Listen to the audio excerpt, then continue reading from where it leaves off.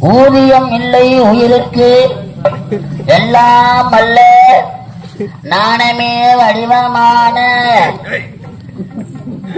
18ஆம் நாள் போரிலே ராதாரமண கோவிந்தா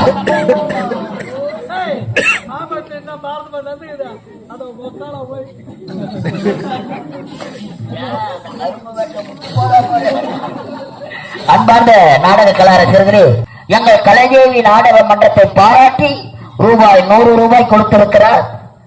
இன்னும் ஒரு 50 ரூபாய் குறைகிறது. கூட்டு கொடுத்தா காயில் அந்த 5 கண்ணு வாராது விற்கிறது.